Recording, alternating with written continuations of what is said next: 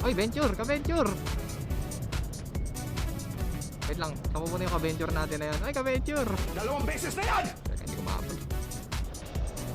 Yan, hindi ko na inambutan yung ka-Venture natin.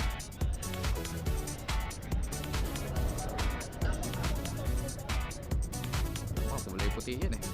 Wala na. Hindi ko na inabot. Huh? Ay, Bristol pala yun. Kala ko Venture. Hehe. Pares kasi ng puwet eh. FYI lang mga boss, ang FKM Venture 150 at Bristol Maxi 400 ay manufactured by Dayang Motorcycles from China. Ang original nilang pangalan ay Bore ADV 150 at Bore ADV 350. Maxi 400, kala ko Venture. Imported lamang to at made in China.